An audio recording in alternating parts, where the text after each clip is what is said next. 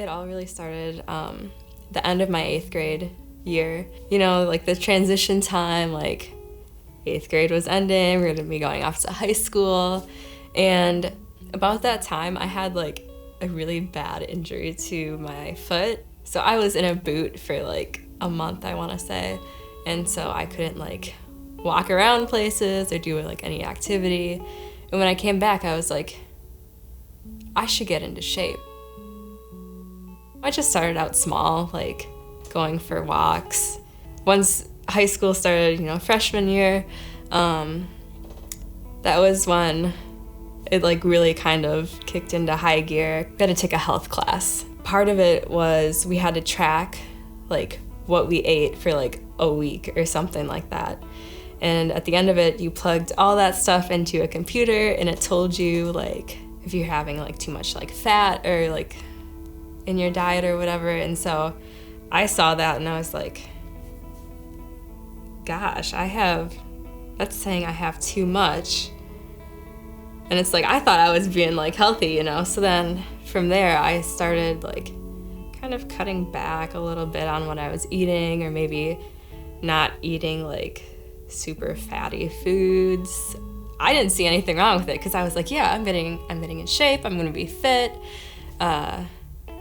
And really it was kind of like a control piece of things. I was kind of shy freshman year. I didn't like go out and like talk to a bunch of people. So it's like this kind of like made me feel a bit in control of my life.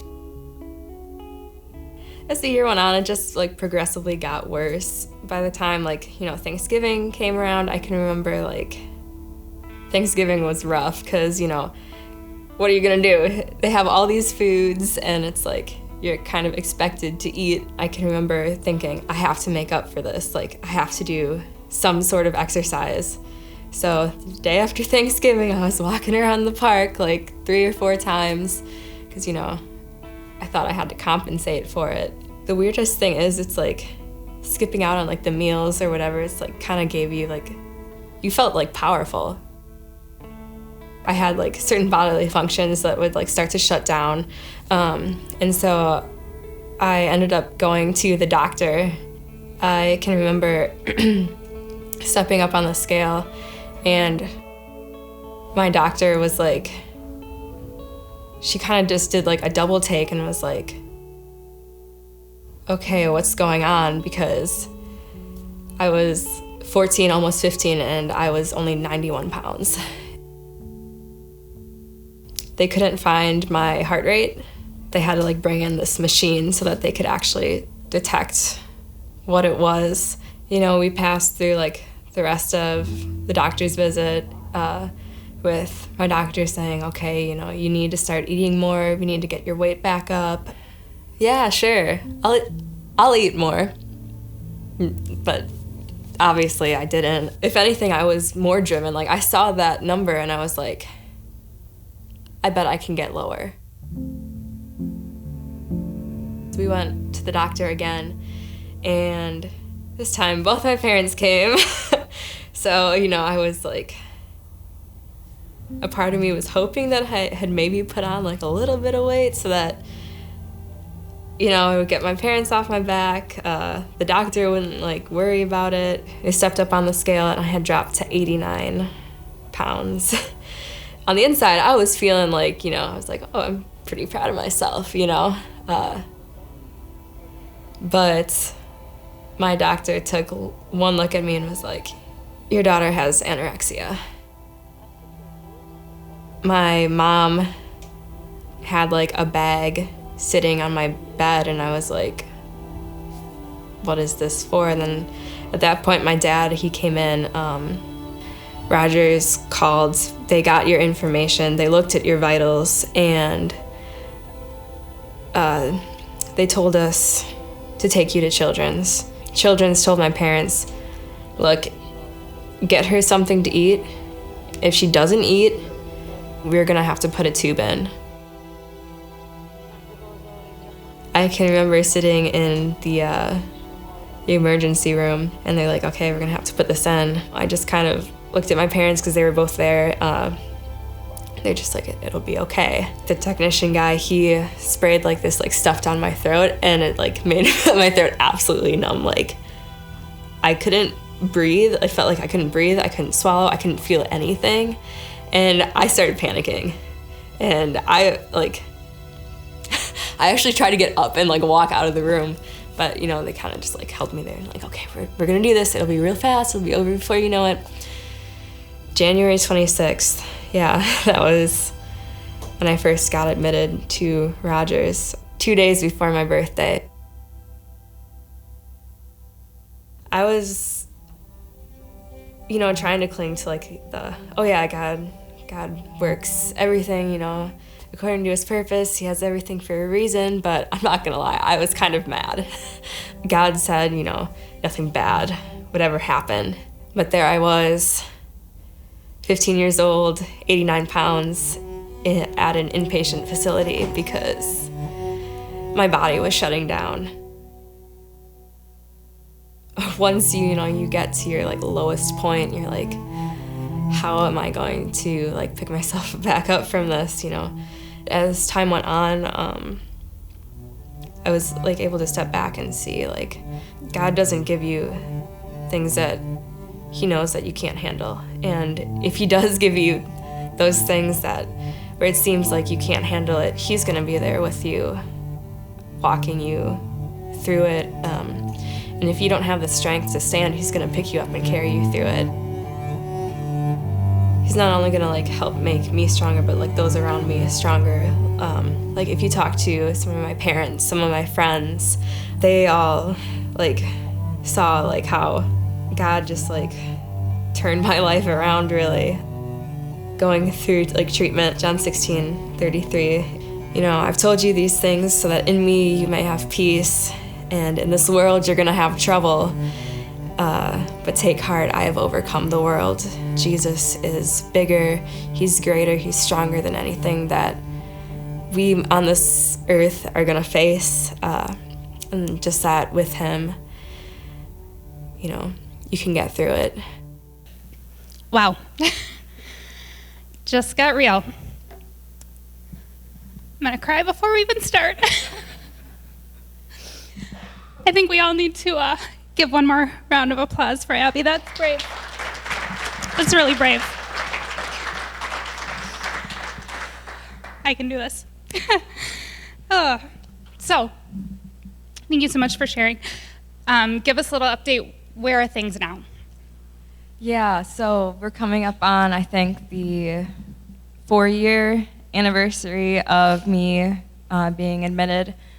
And over the course of the 4 years, I've stepped down through various levels of treatment. Right now, I see a psychiatrist once, like every 2 months, just to be sure that, you know, I'm staying on track and that everything's going okay. But that's about as much treatment as I get now. I'll see a therapist every once in a while if I need to, but that's about it.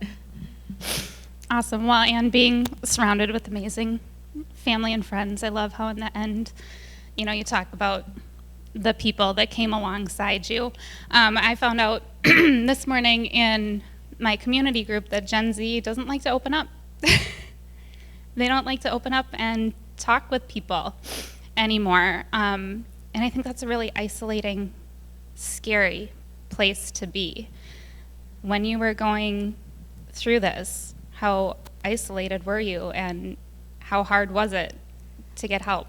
Yeah, I was extremely isolated. Part of it was going into freshman year. Like I said, I was shy. I didn't really talk to anyone. I didn't have a lot of friends. And so I really felt alone.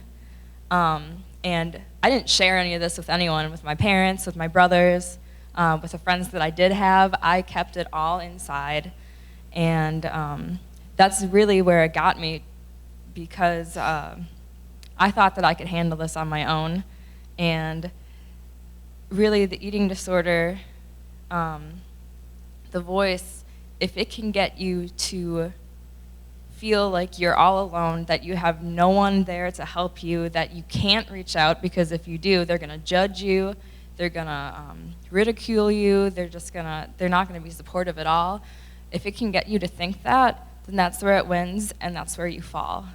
And so yeah, like I said, I didn't talk to anyone about it until that doctor's visit, when the doctor told me, you need to eat, you need to talk to people about this, because if you can't turn this around, you're gonna have to be hospitalized.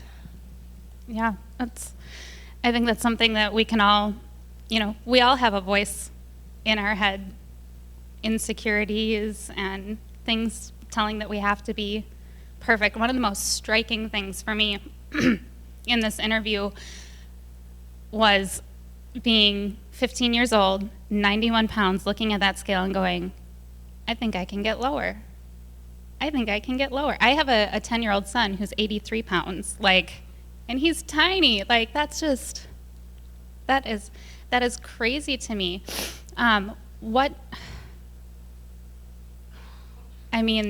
Perfectionism, comparing yourself to other people, what kind of a role does that play in all of this? Yeah, I would say perfectionism and comparing is something that I still struggle with even today.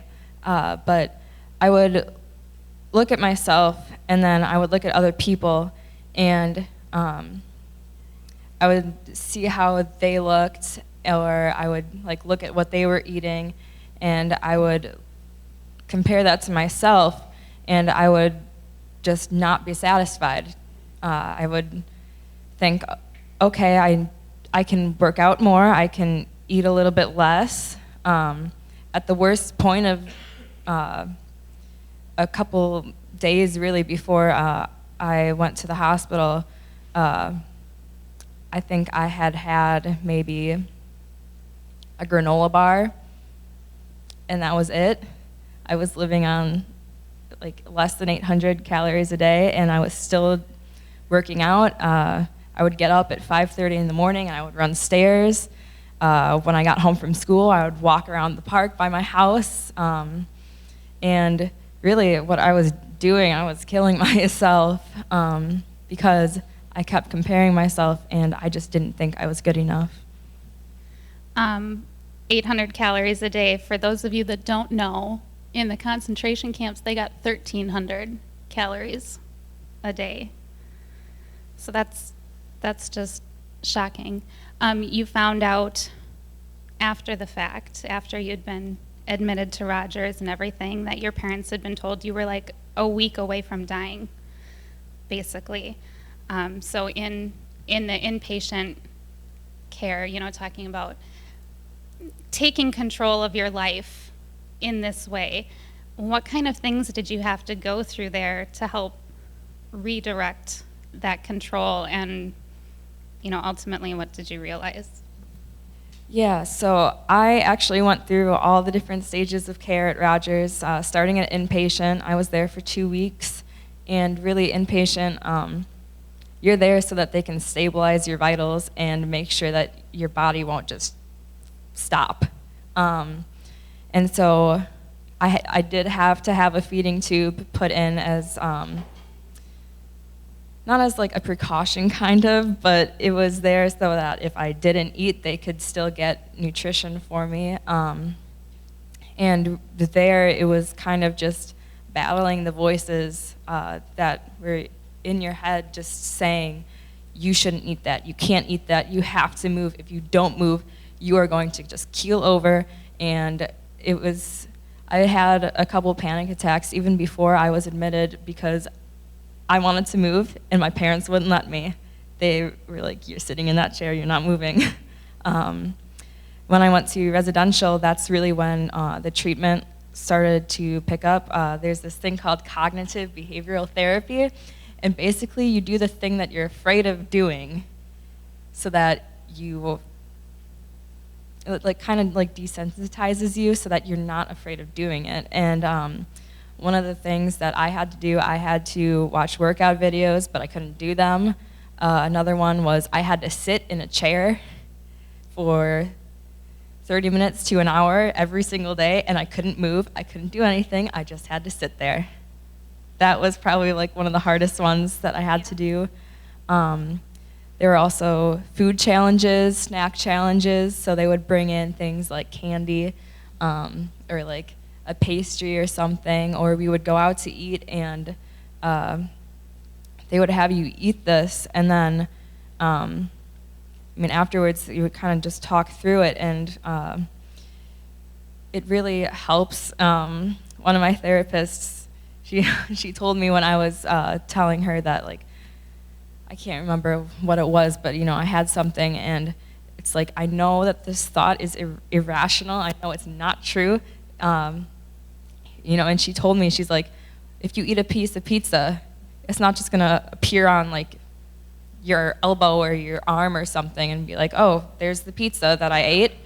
That's not how it works. Your body takes it in and it uses it, because even if you're not moving, you need that to sustain bodily functions. You need that to think. And so just being able to like talk through and just see how irrational the thoughts were.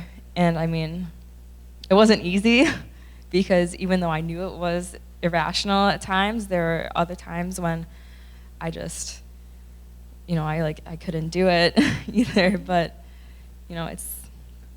it definitely wasn't easy, and it's something that I still have to struggle through and work with every single day.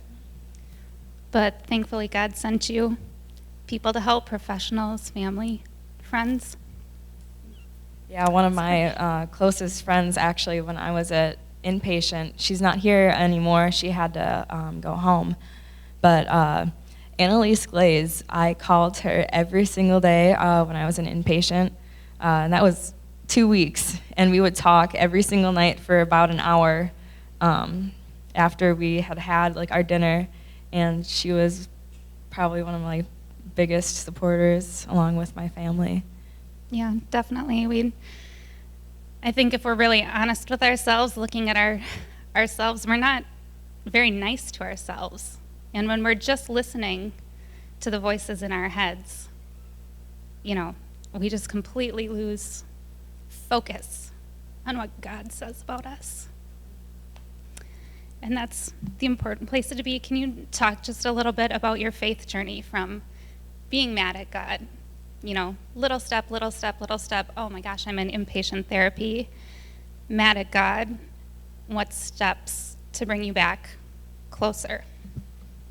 Yeah, I was kind of frustrated and unsure. I was doubting if God actually did have a plan for me, because, who wants to be 15 years old at an inpatient facility? I had missed, by the time I was back in school, 2.5 months of school, and my life, relationships that could have been had. And I think through it all, my parents, they brought my Bible, and I would get, when I couldn't go to church because I was in the hospital, the pastors at my church, they would type out their sermons and they would send it to me so that I would still be getting that word. But really, it was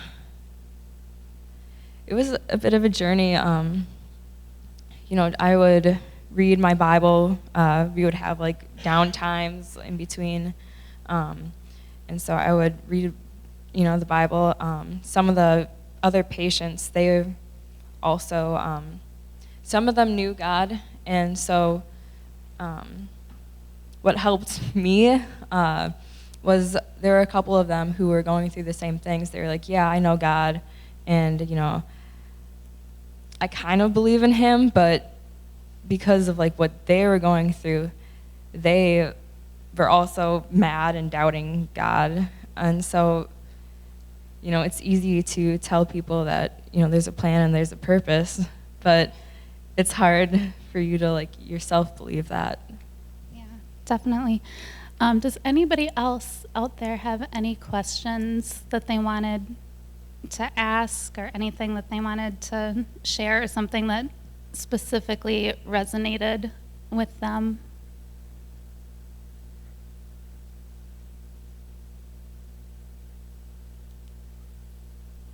All right. Then just one last I guess, encouragement to your peers about not being afraid to open up how important it is to find those support groups and be authentic and vulnerable. Yeah, like I said earlier, back then I didn't share anything, and it's the isolation really that got it.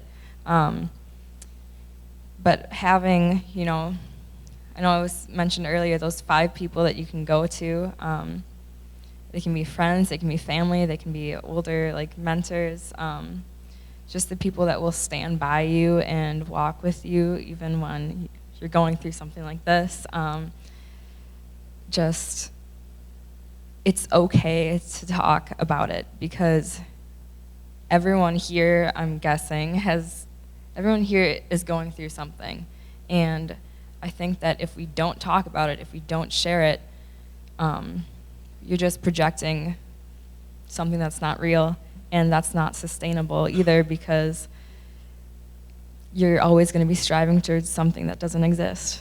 Yeah, we're all broken, and that's okay. And we can lean on each other.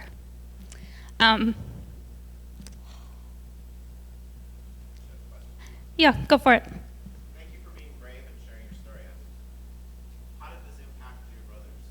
And how do you see people around you who are maybe going through, how are you aware of them now? Maybe going through the same thing in your life? Yeah, my brothers, Thomas, my younger brother, he was in, what was he? 4th, 5th grade. And my older brother, Adam, was a junior in high school. And I can remember, I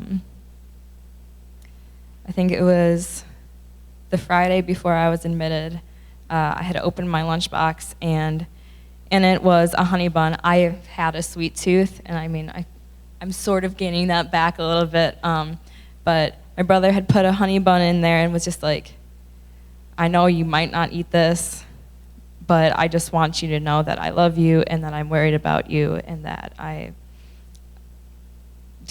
really care about you. I didn't eat it, but the note still, I still remember that. And I think that my brothers have been just a really great support system, because sure, they can be a pain in the butt sometimes, but I feel like all siblings are. But they're just there all the time if I need to talk or kind of like lean on them. And I know it was hard, I would assume, not having me around for 2.5 months. I am pretty great after all. Yeah, and then going through like what I went through, I can see it in just some of like my peers, my classmates, just like the same kind of behaviors that I fell into and that got me snared. I can see those. Another friend of mine, she was struggling with depression, and it got really, really bad to one point, and I can remember it was after a play, and we were just walking, putting away props, and I just asked her, hey, what's going on? And going through this, I have my own like experiences, and I'm able to use that then to kind of help other people and talk through their voices and their demons, because everyone has them. That's right. Anybody else? All right, well, thank you again so much for being so brave and sharing with us.